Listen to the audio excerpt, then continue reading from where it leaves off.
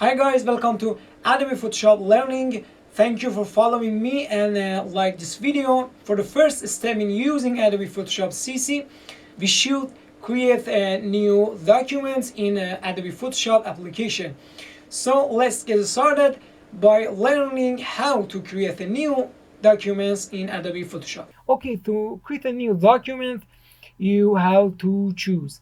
That's create a new button and in this area, and you can click on that. The other choose in the right up corner and click on file and click on new. Rapid way or rapid choose is using the control and end key to create a new document. So you choose properties of new document that you can change them, for example width and height, resolution, and the color mode. That's really important. In the next video I explain for you about the color mode and background.